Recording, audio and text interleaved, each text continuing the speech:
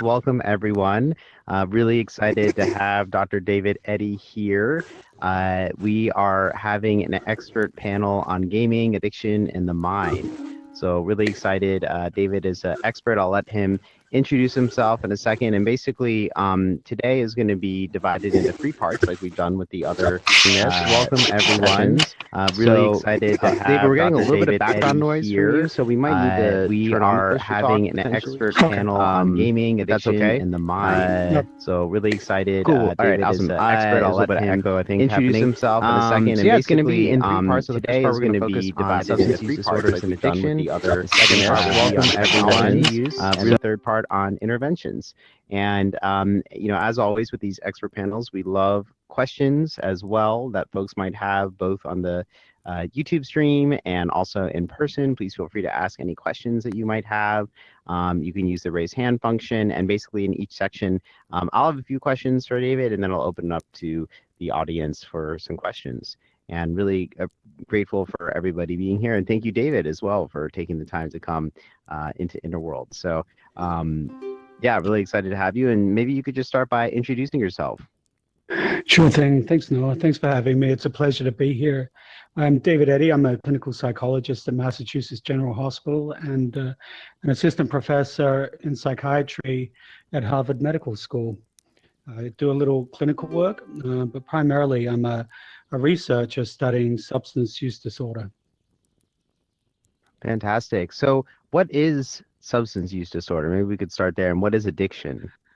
Yeah, I could probably more easily define substance use disorder. Addiction, is less well defined. It's a colloquial term. Substance use disorder, however, is a defined condition in a diagnostic and statistical manual of mental disorders. So there's clearly specified and articulated diagnostic criteria, and one receives a diagnosis from a substance use disorder when they meet those diagnostic criteria. So there's 11 criteria. If you meet 2 of them, then you're considered to have mild substance use disorder. And if you have 3 to 5, it's considered to be moderate, and 6 or more is considered severe. Interesting. And can you talk more about addiction? Because I know a lot of people here probably have used the term, oh, I'm addicted to something. And so you mentioned it's more of a colloquial term. So yeah, what is that construct of addiction, and how it relates to substance use disorder? Yeah, I mean, this is a challenge with colloquial terminology. We have to be a bit careful because, addiction means different things to different people. It's used in common parlance, and we do throw it around a lot, right? I'm addicted to this or that, and are we really, truly experiencing a process of addiction when, to these things that we talk about being addicted to? Most of the time, probably not. When we're talking, clinically. When we're thinking about addiction, we're thinking about the folks generally with severe substance use disorder. That's really, for us, that's addiction. Somebody with mild substance use disorder, they might be on the way to developing a full-blown addiction, but they really haven't reached that level of severity yet. And I focus on alcohol and other drugs. That's where most of my research goes, but of course there's all kinds of behavioral addictions as well. Less well studied, but nevertheless, behavioral addictions like gambling, pathological gambling, internet addiction, which is more contentious and is still being debated. Gaming addiction. I was talking with somebody today, and they asked me about sex and love addiction. So there's less research in the realm of behavioral addictions, and there's still a lot of debate on whether they should be placed in the diagnostic and statistical manual with substance use disorders, or whether they should have their own category. And furthermore, is gambling addiction related to gaming addiction, or are they distinct constructs? And so there's still a lot of debate in the field about that. And that's in part because we haven't really been talking about behavioral addictions for as long.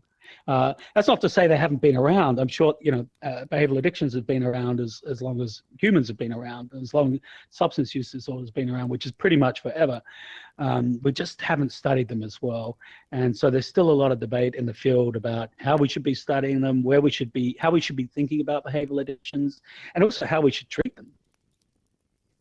Yeah, it's super interesting because I mean, I don't know how many people here know this about the DSM, and as folks may know, I'm in the process of almost being finished with my PhD in clinical psychology as well, starting my last year in doing the internship in July. And basically, what's interesting about the DSM, this manual that has all these different diagnoses in it, is that it's really this kind of collection of observations that psychologists have and come to an agreement upon of functional deficits that people have, and basically observing different, pathologies of, basically they're leading to functional deficits that people have. And so it's really interesting to think about these debates around, what is a substance use disorder. When does casual consumption of alcohol, or now that it's legalized in a lot of places, marijuana, cross over into that realm of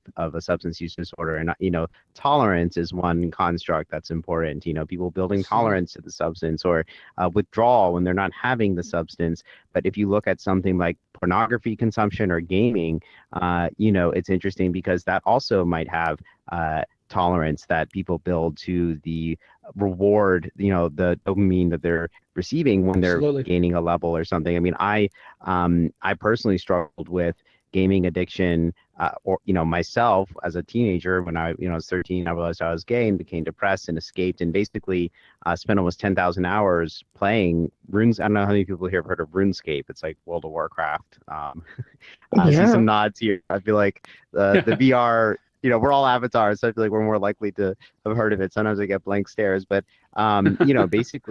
basically, I considered myself addicted, to that before I knew, about the DSM and definitions of addiction. And it was interesting because I was waking up at 3 a.m., so my parents didn't know, and going in and playing, and I rerouted an internet cable through the house and had a secret computer, and I was going to extreme. And I think that's another factor is, what isn't there a DSM factor about going to lengths to secure access to the substance or to the, so I don't know, I'm kind of curious. So I guess it's kind of this, the DSM itself is almost this subjective collection of observations of things that affect function, and so with things like gaming addiction, which we'll get to as well, it's kind of like this blurred line of what's happening, what's the neurobiological process as well. Do you think that, for example, that the processes involved in substances which have a chemical that is more directly affecting the brain, do you think that those processes are similar to process addictions or like behavioral addictions? Or I don't know, I'm curious kind of what your thoughts are there. Oh, absolutely. And I think neurobiologically, a lot of the same processes are in play. When we talk about substance use disorder, obviously there's a substance that an individual is ingesting, but ultimately that affects us because it triggers a cascade of neurotransmitters to be released and received by postsynaptic neurons, and that essentially is the process that mediates the euphoria we feel when we use a substance. And there's other ways we can trigger that dopaminergic release. Certainly alcohol, cocaine, these are exquisitely refined substances that can produce massive dopamine release in the brain. So can pornography, so can potentially gaming, particularly if one, was addicted to gaming. So, we're talking about the same neurological pathways. So in many ways, I think the processes are very similar. And it's really important to note, for instance, with substance use disorder, it's surprising to some people to learn that of the diagnostic criteria, really none of them track with how much or how frequently people are using drugs, alcohol or other drugs. I think that there's one or two criteria that sort of get to that, but it's more, we care more about how it affects the individual. Right? So, we all probably know people who drink a lot, and they probably drink more than their doctor says they should. And, they might be drinking in a way that's objectively not very healthy. And at the same time, they seem to be able to cope and manage, and they can take it or leave it. They can stop drinking if they want to for a period. They have control over how much they drink when they initiate alcohol use, and it doesn't really seem to cause a lot of problems in their lives. So such an individual, even though they might be drinking pretty heavily, they wouldn't have alcohol use disorder because they're not having the attendant problems we associate with the condition.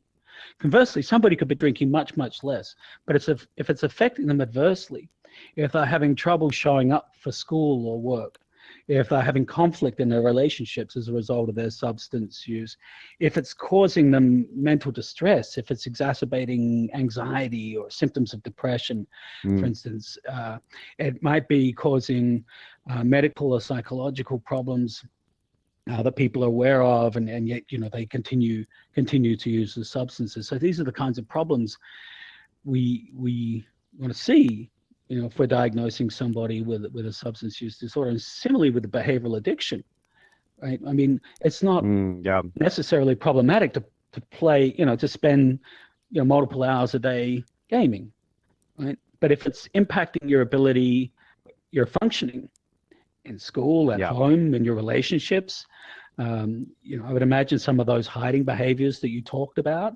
probably led to a lot of guilt or shame and a lot of negative affect. You probably had tremendous anxiety about being caught. You're going to great lengths to hide it. You were probably not showing up for school in the way you wanted to, because most of your time was spent, figuring out how you were going to, get online and play, right?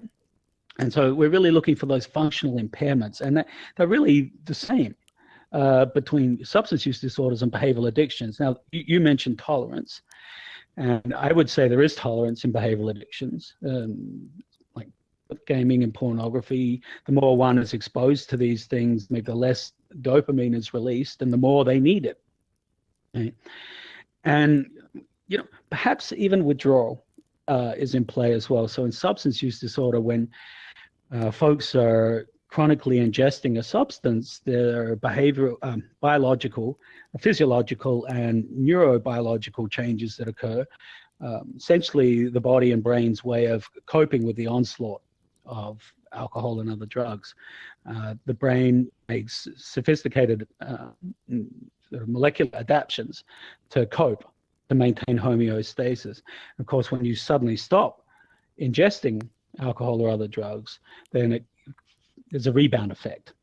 And so, in the case of alcohol withdrawal, people will experience like sweating, fast heart rate, high blood pressure. In extreme cases, delirium tremens, which is a delirium characterized by intense and terrifying hallucinations. And in extreme cases, death. Alcohol and benzodiazepine withdrawal can actually kill you, whereas opioids and other drugs, the withdrawal syndrome is horrific, awful. You would never want to go through it, but you probably wouldn't die from it. Some have argued that that's a difference with behavioral addictions, because there isn't really that withdrawal state. But some would argue, I think there is. And I'd be interested to hear your perspective on that. As somebody who's in recovery from a gaming addiction. Perhaps there is maybe it's more subtle, and maybe it's less physiological and more psychological. But I think many people would argue there is, in the case of gaming addiction, and maybe even in gambling disorder, there is withdrawal. Yeah, it's super interesting, and we're going to open it up from this section to any questions that folks might have as well, and about this specific topic. And I think that it is interesting because one difference that's interesting to me is that, in general, from my understanding, with substance use disorders, it's very difficult, but it's occasionally possible for someone who has successfully is in recovery from substance to moderately use that substance. Oftentimes, there's a strong predisposition to using the substance, in a dysfunctional way. And with gaming, it's interesting because once my presenting problem went away, and this might also occur with substances, but like once I came out of the closet and overcame that, now I am able to casually game. Although even now, like I notice that if I'm playing a game, and I don't know how many people here have experienced this with gaming, but like, if you're especially like a PvP game where you're like playing against other people and like a team match kind of thing, because I think it's a little bit different in these kind of relaxing and like ones where you're exploring a role-playing game. But like in PvP games, when there's an algorithm mediating teams and like your likelihood of winning the success in the match and stuff, like eventually it's almost like you're playing and you're just playing exactly like the kind of tolerance to a substance. It's like you're not even feeling that good while playing. It's just kind of, you're just getting frustrated if you lose, and then if you win, you're just kind of in a zone, kind of like gambling, where you're just in a slot machine. Just, someone's in a slot machine, they're not actually feeling that much positive affect, it seems. They're just kind of in that zone, which is very similar to gaming. So it's really interesting. And I think, what you're saying about further future research being needed, I think that's a really important point because, with the DSM, there is empirical research that goes behind every single diagnosis and the reasoning for creating those diagnoses. But I'd love to get to we have a lot of hands up, so I'd love to maybe get to Goblin Queen. Do you have a question about this topic? Yes, Dr. Eddy. If you could quickly, if possible, list the 11 criteria for substance abuse disorder, if it's possible to do that. Off the top of my head, I can try. I should know them by heart, but and just a note there. It's a subtle turn of phrase, but it is substance use disorder, and we actually used to have a diagnostic criteria, a diagnosis called substance abuse in the last iteration of the DSM. That was bad. That was my bad. No, that's totally okay. I mean, it's a real. I'm glad it came up because it's really important, and it's so hard to change how we talk about things, right? And the term abuse was just around for so long, and you may even know about this literature, but we found that the way we talk about addiction and people with addiction really influences the way people think about people with addiction. And what comes to mind when you think about abuse? Sorry, it's a bit of a tangent, but just humor me for a sec here, because I think it's really important. When you think about abuse, you think like emotional abuse, physical abuse, sexual abuse, just really bad things. And to say somebody is abusing alcohol or other drugs, it sort of sets up this sort of willful perniciousness, like a maliciousness almost. And the reality is most people with addiction have lost the choice over whether they use or not. They've lost control. And so that's actually one of the reasons in the current version of the DSM, we got rid of that diagnosis, because we realized it was influencing how, people out in the world thought about people with addiction. It was adding stigma. But we actually did some studies at Mass General where we surveyed a bunch of clinicians who probably should know better, and we gave them 2 different vignettes, very short, like single paragraph stories about essentially the same person. I think the character's Johnny, and Johnny had like a methamphetamine use disorder in one vignette, and in the other he was a meth addict who was abusing methamphetamine. So one used very sort of scientific and kind of objective, descriptive terms, and the other used the sort of more typical terms that we use out in the community. And they asked, people, to these clinicians, to rate. They each got just one vignette, and just to rate this character on like how likely is he to recover, how likely is he to reoffend criminally, and so on. And the folks who got the vignette with all the sort of stigmatizing language rated this individual as much less likely to recover, more likely to reoffend, more likely to be a problem in the clinic. And so we realized it doesn't affect lay people, it affects the way clinicians think about people with addiction. So thanks for humoring me there. And I have the list of the 11 if you want me to just I could give you like from the top of my head, but I'd probably butcher them. Do you have Yeah, the, I could you can read just us go. the exact list? Yeah, sure. And by the way, Thanks. that I was hoping would come up because it was a fast. David was the one who told me that we were at a conference, and I used the term addict, and he explained the same concept, which was absolutely fascinating to me. And it's really important when we think about inclusive language and the impact of language on judgment of people and things like that. I think it's really, really so important to understand. I think that's a really cool research project because even if a doctor's in the ER or other people are stigmatizing folks through their language, it's really interesting. So yeah, the 11 criteria are, and again, just to note, you don't have to meet all of these. It's it's meeting like 5 of them. Minimum 2, but some folks will meet all criteria Yeah. in very severe cases. Yeah. And one thing I will say with the DSM that is at risk is, and this happens, I feel like, to every psychology graduate student who starts learning about the DSM, is that it's very easy to hear these and think, oh, they apply to me. I have this problem, but that's not necessarily the case. So I just want to mention that. But if it resonates with you and you are using a substance, then it's also maybe an opportunity to attend some of our recovery groups and learn more about it. But with that being said, the 11 are. Yeah, go ahead. As you're reading these, I might just after each one, just sort of like add a few comments because the wording is very important in the way that the DSM, describes each of these criteria. And if you're paying close attention to the language, then you're much less likely to start overdiagnosing yourself. So I'd just like to speak to that. So I'm a little worried that this is actually not the exact language, so I'll be curious if it is. But the first one is taking the substance in larger amounts or for longer than you mean to. Yeah, so here we're talking about loss of control. So it's sort of an individual maybe sets out to have 1 or 2 drinks, and they end up having much more. They're going to go home after a couple, and they stay out all night. And now it's important, we want to see a persistent pattern where this is happening. It's not just like one time, oh yeah, I went to that party and like I was just going to have a couple, but then I saw my mate, I haven't seen in a while, and one thing led to another, and next thing I knew it was like Monday morning, right? That may happen.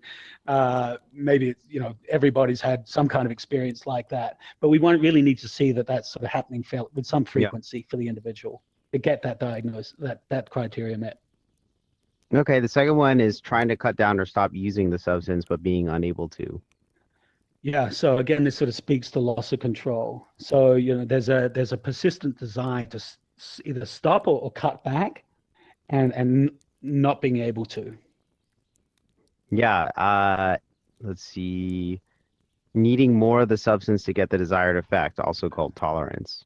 Tolerance, right? So that the idea here is that the more we ingest the substance, the more we need to get to achieve the same result. So I mean, everybody here, I'm guessing most you probably drank alcohol, and it's an easy example, but it applies to other substances too. But when we drink, the first few times we drink, we really don't need much to drink to get buzzed, to feel drunk, and of course, as we get older, we can drink more. It's partly because our habitus, our body gets bigger, our liver physically gets bigger. So that's not exactly the kind of thing we're looking for. But what we want to see, if we're identifying tolerance, is that somebody, usually by adulthood or at least late in their adolescence, has, demonstrated a pattern of increased alcohol or other drug intake to try and attain a hedonic state or a response like euphoria that they once achieved at lower doses. And the reason we develop tolerance, again, is this is the body and the brain's desire to maintain homeostasis. There are lots of self-defense mechanisms in the brain and body to, essentially protect us from ourselves. And so, the brain can make structural, functional changes that mean that, we do need more alcohol to produce the same effect. Interesting. The next one is experiencing intense cravings or urges to use a substance. Yeah, so craving's pretty self-explanatory. Interestingly, it wasn't in DSM-4, which I always thought was just really strange, because most people would think it's the cardinal feature of addiction, and it's usually not present in, people who aren't addicted to a substance. Interesting. The next one is developing withdrawal symptoms when not using the substance, which I think this one is a difference, with gaming and things like that. Spending more time getting and using drugs and recovering from substance use.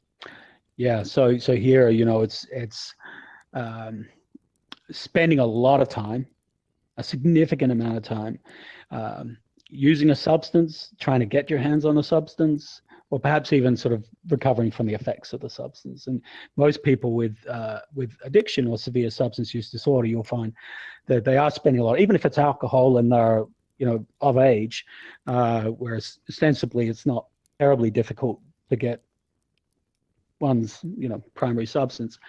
They're still spending a lot of time, thinking about it, maybe getting it, probably recovering from the effects of it. Yeah. Interesting. Okay. We have neglecting responsibilities at home, work, or school because of substance use, which I think we talked about, in terms of that overlap with gaming as well. Continuing to use even when it causes relationship problems. Right. So, there we're looking for sort of a pattern of relational problems, arguments with spouse, parents, kids, what have you. Perhaps, our loved ones are concerned and expressing that concern, and that's leading to arguments and fights. Interesting. And then we have three more, giving up important or desirable social and recreational activities due to substance use. Right. I feel like gaming is definitely that. There's a huge overlap with that. Absolutely. And here we're as typical in people, who are experiencing a severe substance use disorder, that the alcohol or other drugs, or perhaps even in the case of a behavioral addiction, the behavior really becomes central in that individual's life. And, they may have had a lot of hobbies or activities that they once enjoyed, and they tend to recede in the background. What's really interesting about that is if you ask most people with an addiction, like, what about that other stuff you used to like to do? And they'll say, I never really liked that stuff. You ask somebody in recovery, what about that stuff you like to do? How do you think that sits? The fact that you stop, engaging in those hobbies, playing sports, whatever it is,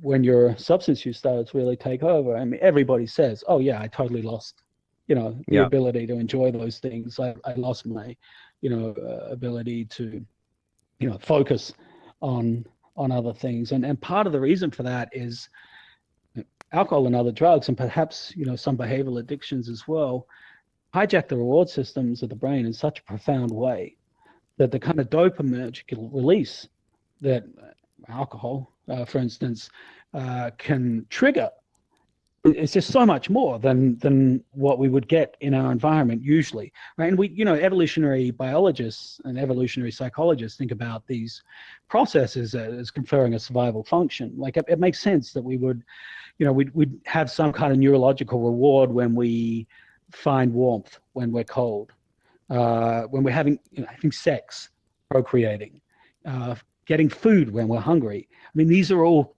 things that confer survival benefits. So we're kind of wired to seek these things out. The problem is alcohol, other drugs, and even a lot of things I think in the modern world are so adept at triggering this massive dopaminergic release that many people in early recovery will say, nothing else does it for me. Like I only feel good, I'm using. And I remember, I'll always remember this one patient of mine, and he was in very early recovery from opioid use disorder, and he had a beautiful young daughter who he just adored. And I remember him recounting a tremendous guilt. He'd been playing with his daughter, and he just said, I just felt nothing. I used to love that. I love her so much, and I felt so empty in that moment. Like, I just didn't feel any joy, and he just felt awful about it. Like, is there something wrong with me? Is my brain broken forever? And I was like, no. The good news is that'll come back. But right now, your brain is sort of, set. The homeostatic set point is like, you need opioids just to feel normal. So like playing with your kid, even though that's a beautiful thing, and under normal circumstances would give them tremendous joy and pleasure, it's not right now. It will again. It'll take time for your brain to recalibrate. Interesting. Yeah, and one other thing, and then I'll read these last two, and then we'll. I mean, this is fascinating, and Yeah. thank Then you we'll for get to sharing some more this, and then questions. I see there's a lot of hands up. So, but one thing I just also want to mention when you mentioned the like evolutionary component is that Steve Holland, my mentor at Vanderbilt, likes to say that our ancestors needed to find lunch and not become someone else's lunch, and that explains a lot. I think that's a universal characteristic of how our brains have developed, principle, and that can also, it's related to a lot of different things like anxiety and depression. But this idea that we have like approach towards rewarding stimuli and avoidance of negative stimuli. And it's like when that approach is taken up by pursuing substances, all of a sudden our neural systems are not engaged in approaching other stimuli, because it's basically just focused, and that's what these are based on, focused on getting the stimulus, the super stimulus, that one that is so powerful. And so that brings us to using substances in risky settings to put you in danger, which is actually it's another approach. It's like getting people to approach instead of activating that avoidance system of avoiding danger, or approach the substance, and the drive for getting the substance hijacks the brain and it gets them to approach it. And the last one is continuing to use despite this substance causing problems to your physical and mental health, which I think is a really huge one as well. Yeah. And, the majority of people, screen for a substance use disorder who meet diagnostic criteria, you meet that last one, because invariably, not always, but, oftentimes people initiate substance use because they're trying to manage anxiety and depression and other forms of negative affect. And, not going to lie, alcohol and other drugs do a great job at managing that in the short term. Like you're going to get some relief. Most of us will. The problem is if we continue to rely on alcohol and other drugs to cope, and perhaps sort of certain behaviors as well, ultimately these things turn on us and actually start to exacerbate the anxieties, exacerbate the depression. The problem is the more we rely on alcohol and other drugs to cope, the more we need them, and our chances are our other skills or tools that we had to cope emotionally atrophy. And of course, as that, we're becoming more physiologically and psychologically dependent on alcohol and other drugs, the more difficulty we have regulating our emotions and our behaviors, and it's a vicious cycle. It self-perpetuates. Interesting. This is so fascinating. I really appreciate all of your Thank insight. you. Also, you want to come forward a little bit? Thanks, Goblin Queen. That's a great question. Cool. Do you want to come forward just a little bit, like maybe you're to right here? Okay, perfect. Because the stream we're very far away from Liron, so the people watching on the stream. Cool. Awesome. So yeah, thank you for that fantastic question, and I hope that was helpful for folks to dive into the diagnostic criteria of substance use disorders, because it really does relate to so much that we're talking about, and this difference between gaming and other process addictions and substance use. So yeah, Perry Patetic, do you want to go next? Sure. Thank you so much. I am diagnosed level 1 autism and ADHD inattentive type, and as such, my dopamine levels are inherently low. I intentionally use VR and other forms of gaming to stimulate dopamine production so that I can improve my ability to function in the real world. Right. I have 2 questions. Yeah. Do you see any possibility of long-term deleterious effects to my mental or physical well-being? And could this be considered a form of substance abuse, or does it skew toward survival adaptation? To the first question, probably not, right? I mean, this sounds like an adaptive behavior. And, it's with drugs, like it's a fine line between sort of like medication and drug, right?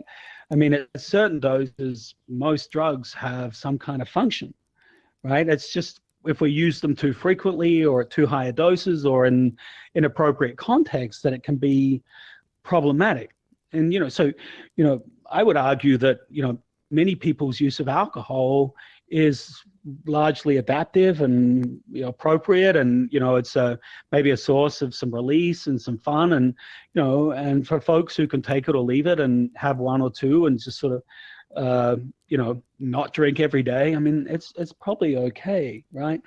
And so if you're engaging, if you're using VR to sort of essentially maintain a sort of a better baseline, a dopaminergic baseline, then I think that's adaptive. Now, of course, we always want to be careful we're not sliding into sort of excessive engagement in a particular behavior. It's the same with also want to be mindful that we're not using substances more than is appropriate, and certainly with some substances probably even small amounts is pretty risky, like opioids, for instance, right? There's quite a lot of risk there, especially with so much fentanyl in the out on the streets now.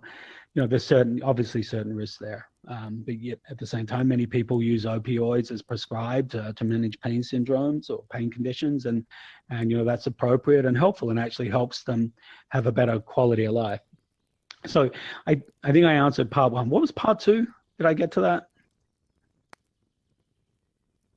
Part two is, do you think this could be considered a form of substance abuse? Whether drug or neurotransmitters that are already on board, or does it skew toward adaptation? And I think you mentioned it all. It is an adaptation. It seems like it to me. I mean, I'd of course want to talk more and understand sort of what kind of context and importantly, like, how's it affecting you? Like, is it causing problems in your relationships? Is it, limiting your capacity to show up for, school or what? Actually sounds like it might be improving those things. So, Exactly. It's really context dependent. When we think about, really any kind of substance use or behavior, context matters a lot. And just in, you've obviously just shared a very, small amount of information, but based on that, I'm not hearing anything that's like inherently problematic. Maybe if we talk some more, some things might come out. And I think it's good to be thoughtful about these things, right? Because we don't want to slip into addiction. And most of us, I'm in recovery. I'm in recovery from alcohol use disorder. I always said I would never become addicted, and I'm too smart for that. I mean, nobody thinks they're going to become addicted, and yet it happens. Right, it creeps up on us. So I think we have to be careful, of course. But I think in this context, what I'm hearing, it doesn't sound ostensibly problematic. It doesn't sound like it's causing you problems in your life. In fact, it sounds like it might be benefiting you in to some degree. Yeah. So, that sounds more adaptive to me. Yeah, and I see we got a question on YouTube as well about folks who get excited, someone who gets excited when they study and afterwards they get depressed when they stop, and asking if it's related to depression and dopamine and things. And I think another thing is also, just like depression is another word that people sometimes use when it might not actually be clinically depressed. It might feel sad or down or unmotivated or bored or deactivated. So it's really interesting. I think that there are natural tendencies in emotion to go up and down and to feel different ways, and for us Absolutely. to regulate ourselves. So it's a really interesting question. And so I don't think that is depression necessarily or substance use, although also it's hard, like you said, with a limited amount of information to say definitively about those things. But I want to go to Obi-Swan next. Yes. Hey, thanks. So I'm a veteran. I have some mental injuries. I have bipolar 1 with psychotic features and ADHD. I have a tendency to get addicted to things rather quickly. Right. My first one that I had was alcohol. I ended up hitting the bottom of the barrel, and then ended up being able to quit cold turkey. It sucked. Luckily, I didn't get any of the hallucinations going on during that time. Oh, thank which is God. unlike my THC, which I quit about a week ago. Because I ended up having a huge psychotic break, and it scared the crap out of me. So again, I had to hit the bottom of the barrel to be able to get over this. I just wanted to see if one, there was any like other people that shared that sort of thing where there's this consistent having to hit the bottom of the barrel to be able to get out. And then if there's anything or resources that we could take a look at to try to find ways to do it bit by bit, because I've tried Nicorette, I've tried all those other things. Like now I'm currently trying to quit smoking. And yeah, that little bit, like trying to reduce it a little bit, it just ends up making it worse sometimes, and then I end up binging. So I'm just curious as to if there's any that tricks vicious around cycle. And and you mentioned, some folks are able to moderate a substance or a behavior at some point in their recovery, but some people just find they can't. And certainly, I as for me, as somebody who was dependent on alcohol, I was classic loss of control drinker. If I had a couple of drinks, that was it. One was too many and 1,000 was never enough. It was very hard for me to put the brakes on it. And so for me, the path in my recovery has been abstinence. That's really what's worked for me. I just know in my heart, I'd never be able to moderate. I mean, I might be able to do it successfully for a little while, but I think it would be so much, and it would take so much of my energy.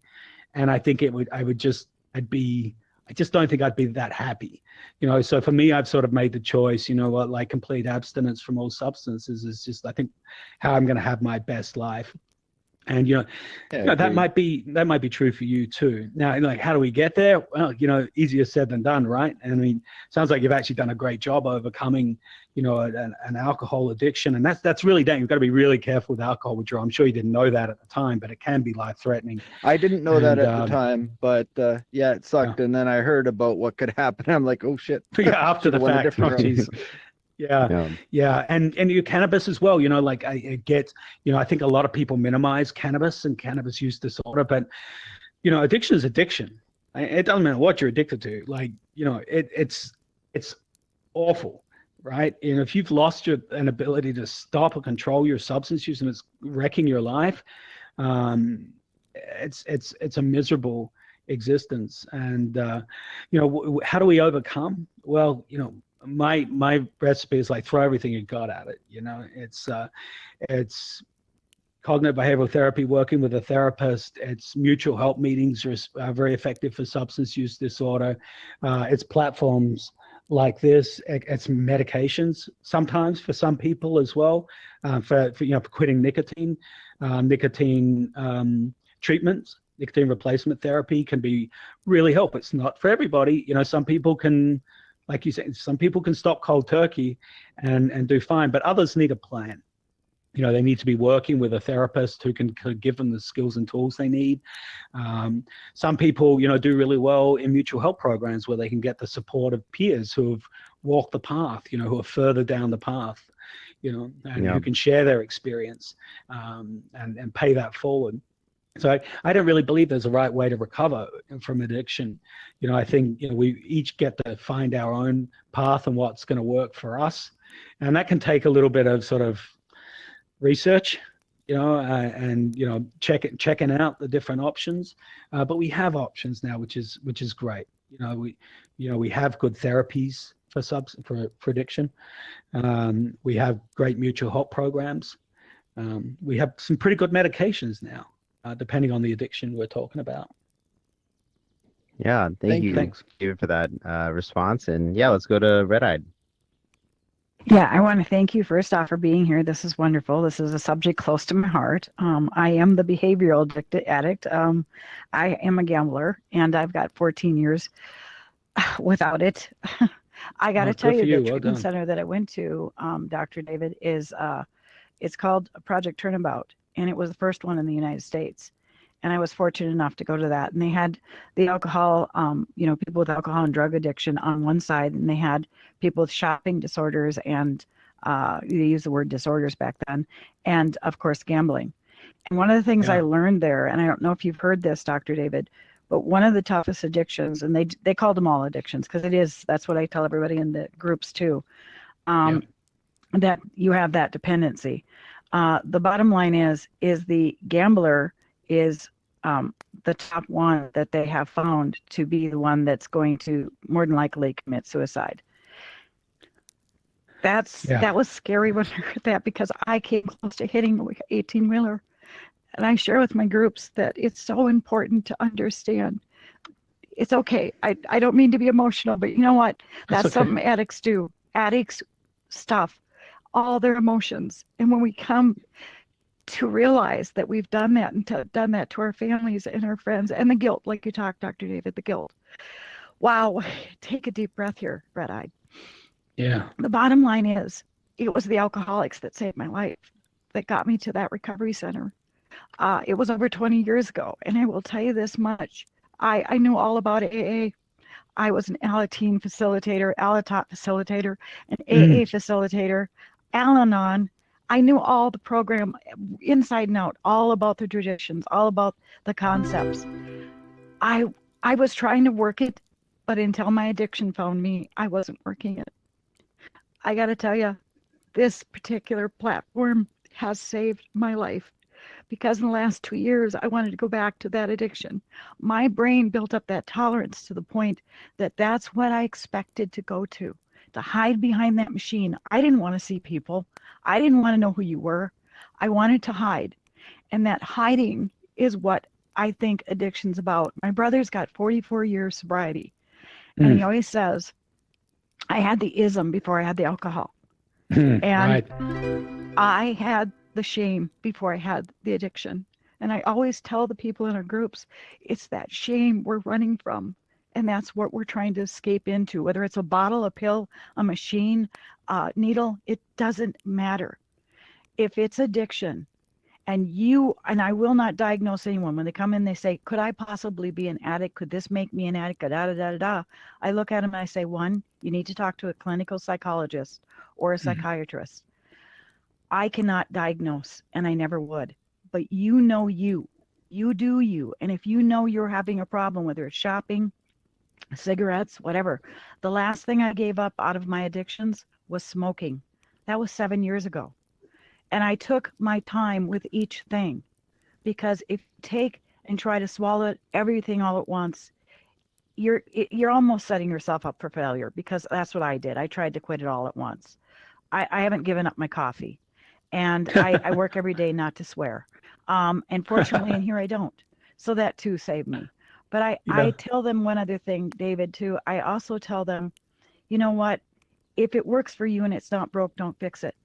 Because the bottom line is, if you get Smart Recovery, if you get Teen Challenge, if you get AA, or if you get whatever program that you're working on that helps you, that's what works for you. And it may not work for someone else, but please don't diss their program. So it's very important to remember it works. And the one thing that I have found, this has added to working in my life. And when my husband can tell me, David, red-eyed, you know that program that you kind of went into, that VR thing? I got it at my 60th birthday, and I've had it for 3 years. And I said, yeah, honey, what about it? He said, I took 6 weeks off because I was afraid this was going to become an addiction. Really, I did. So I took 6 weeks out of here, and I stayed out because I was that scared that I didn't want to go back into another addiction. And my family noticed that it was helping me, that I was becoming a better person, and I was more likable, and I liked myself. And my husband noticed it, and he said, you know, honey, I think that help program you're in, you know, have you thought about that? We don't take each other's inventory. He has 26 years sober. But when he said that, it was the reality of, this place has something. It is helping not only me to become a better person, but it's also helping to give that unity and service back too. So I just wanted to share that. There is hope. There is experience, strength, and hope in recovery. Keep coming back to this program and find somebody that works for you to help you. That's all I wanted to say, Dr. David. Thank you. Right. Thank you so much. Wow. Thank you. Yeah. Thank you. That was beautiful. Yeah. Yeah. Wow. Thank you for sharing, Red Eyed. And I know we only have about 7 minutes left, so we're going to try to get through all our hands, and really appreciate it. We definitely need a part 2 of this, because I think there's a lot of interest and really fascinating comments and questions. And thank you again, Dave, for being here. So I'm going to go And Red Eyed, we love having you here and are so grateful that you not only got help, but now you're helping others as a guide in Innerworld as well, which is really beautiful. But yeah, I'm going to go to Busy Man. Thanks. I'll try to be quick, just because I know there's a lot of people with their hands up. So I guess I don't. On the video games side, I'd like to plug a favorite podcast of mine. It's a psychology of video games, where they cover a lot of this sort of thing. I mention it because Dr. Jamie Madigan, who does that, covers both the good and the bad parts of how video games can affect this kind of behavior. And from a early trauma of mine, I got into a lot of addictive type behaviors, and a lot of the video game things that were engineered to hook people into certain behaviors, whether it's good or bad patterns, you can learn a lot from that and add it to your own life. Much like in Innerworld, there's a lot of tools you can use. There's a lot of things around video games that you can use to help your own and guide your own and manage your own behavior much better. So it's not all just negative. There's some good stuff there. Yeah, that's it, isn't it? Like I was saying before, it's it's context. It depends.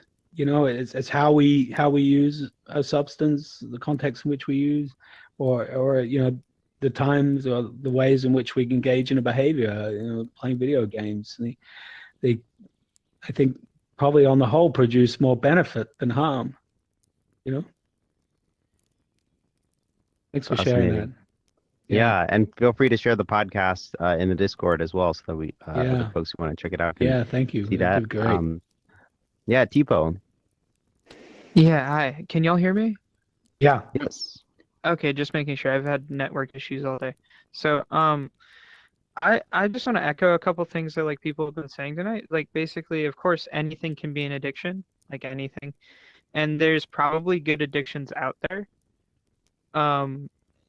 Like there's good parts of addictions, and there's like healthy things that you can be addicted to, but there's also like bad parts of good addictions, and I wanted to hear thoughts on that. Like Innerworld itself is probably could be classified as a good addiction, but it can have negative effects, of course.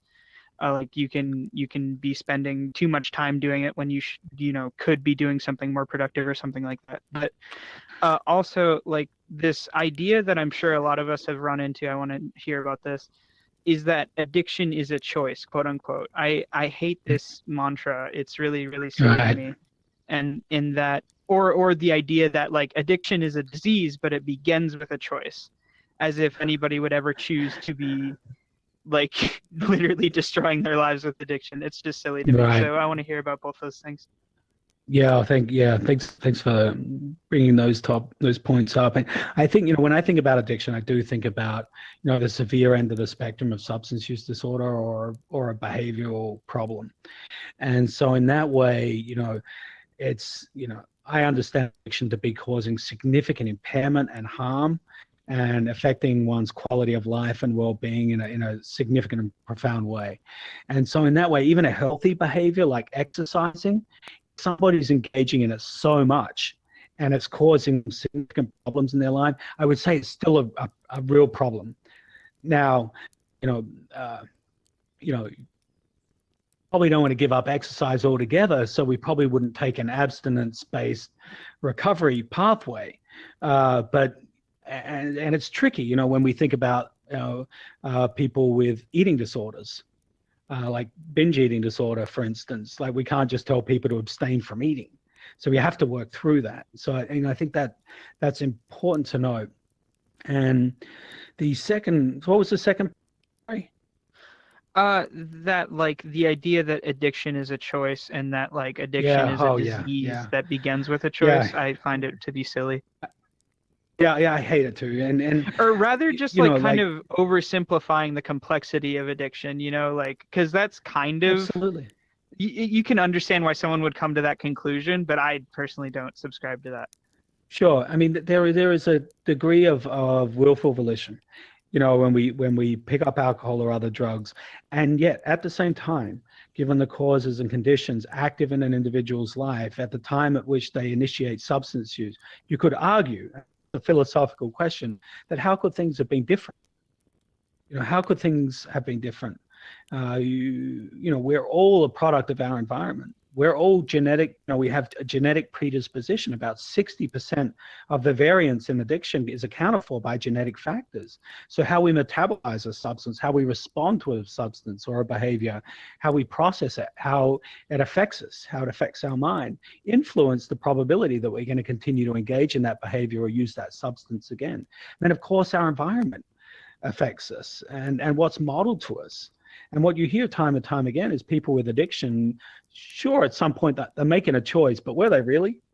You know, given the circumstances of their lives, given their genetic makeup, given, you know, mom and dad were modeling coping through substance use, like what the hell, you know, would we expect to happen? You know, and so, yeah, I get it. You know, on some level, there's choices are made, but I don't know how much volition we really have in life. I think we've got a lot more control over our behaviors than we really do. Yeah, Thanks. and there's also a lot of people who get into, you know, who can use a substance casually, who don't experience addiction, who are like, oh, it's just that person's thinking because they haven't experienced that. I think that happens with food as well, and that's also one thing with these new GLP-1 drugs that are helping people. They call it like food. People have talked, and Oprah just did a special on this. I haven't watched it yet, but they call it like food noise. You know, this kind of, which I think is similar to cravings, which is like basically you're always kind of in the back of your mind, or like your body, it has this sense that it just needs more. And that folks with the GLP-1, for example, for food, are noticing that that just goes away, and all of a sudden they can concentrate more, all of that kind of stuff. So it's just there's still things we're discovering, I think, about. Yeah, and even people are reporting reduced substance craving. Yeah, not necessarily people with substance use, or people are saying they feel like drinking as much now for some reason. Yep. Yeah. Really so it's interesting. really, yeah. Cool. Well, thank you, Magnus. Yeah, first of all, I have a question about alcohol, especially about something, your opinion on something. I'm located in Germany, and in Germany, we separate alcohol basically in two categories. We have beer, wine, and sparkling wine. And then we say there's hard alcohol that is like whiskey, vodka, and stuff that has 40% or more. And in Germany, the drinking age, you can drink beer by the age of 16. You can drink beer and wine. And I want to know your opinion about that. Yeah, maybe how safe is that is maybe the question. You know, it's so funny. If you had asked me when I was and drinking, you know, I would have said I'm plenty old to be doing this. There is neurologically, we continue to develop until about the age of 25. And so, you know, the longer we can put off any kind of substance use for young people, the less likelihood they are to develop an addiction. And of course, we know early substance use can affect neurological development. There's actually some really nice longitudinal research showing that early cannabis use, frequent cannabis use, actually diminishes IQ by about 1 standard deviation, about like 10%. So, you know, there are effects. Now, you know, if a young person is drinking small amounts of beer or wine, that's not necessarily going to be problematic. You know, and you know, in Western European countries that have a culture of beer and wine consumption at a younger age, it's usually, you know, taken in the context of meals with food in appropriate amounts. And so, you know, you could argue like there's really not too much impact neurologically associated with that. And of course, we would never want a 25-year-old to be binge drinking. And you know, alcohol is alcohol. At the end of the day, there's no difference between the alcohol in beer, wine, and spirits. It's ethanol. So, you know, again, quantity matters, right? You need a lot less of a spirit to do damage to the body and to the brain than you do, say, beer and wine. So, I don't really have like a, I certainly, I don't judge cultures that have sort of these cultures. Some people argue that they actually do a better job of teaching kids to drink responsibly. You look in the States, we have sort of an abstinence-based model for kids and alcohol, and yet we have like some of the worst binge drinking rates in the world for young adults. So it's tricky. People have strong opinions about this stuff. Thank you for the question. Great question. Yeah. And yeah, Spartan. Yeah, quickly, I want to kind of piggyback off of what Businessman said. I wanted to tell you that, in the job that I used to have, we dealt with a lot of stress. And in my precinct, there was a lot of our partners that went to drinking after work because we weren't able to go to our captain and say, hey, this is what's going on. This is what I saw today. I need a couple of days off. No, it was, this was not heard of at all. You are not to go, no matter what you've seen, you have to deal with it within, how you were trained within your own time. And so I guess what I'm trying to say is, instead of hitting the bottle, I went home and did Red Dead Redemption 2, and it helped me debrief. It helped me to relax, and I would use this as, as something to be able to work my thoughts out for what the day went, because there's a lot of stuff that we saw, and like I said, once again, we weren't able to go, and there was not an inner world that I knew of to go and be an avatar and be private and nobody know who you are, so there was no place to go with it. So having that outlet really, really helped me psychologically. Yeah. Well, thanks for sharing that. And, it sounds like that, that actually helped you. That gave you an outlet. It helped just diffuse the tension of the day. And maybe it was just distraction you needed, and to me, it sounds like you chose a healthier option, over the bar, right? Which, Absolutely. Once or twice a week, maybe, is not a bad way to blow off some steam and talk to one's peers about the stresses of work. But, that's not something you want to be doing every day, of course. And of course, you could read that redemption like too much too, and that could be problems. It didn't sound like it got there for you, and so maybe that's just what you needed to be doing. But we need outlets, you have a really stressful job, really. Well, thank you so much, David, for coming on to Innerworld and sharing, some perspectives and thoughts and educating us about, substance use disorder, addiction. We touched on gaming, although I think gaming, we could have a whole separate one on that. And and thank you to everyone here and on our streams who took the time to watch and engage and participate. Just really grateful for your time, and really look forward to hopefully doing this again soon. Yeah, thanks for having me on. Thanks for all the great questions. Thanks for being here. It's been a pleasure. Awesome. Thank you so much. Thanks, everyone. Thank you. Thank This was you. amazing. Take care. Appreciate you Thanks, so Dr. much. David. Bye all. Thank you, guys. See you guys. Bye bye. Bye.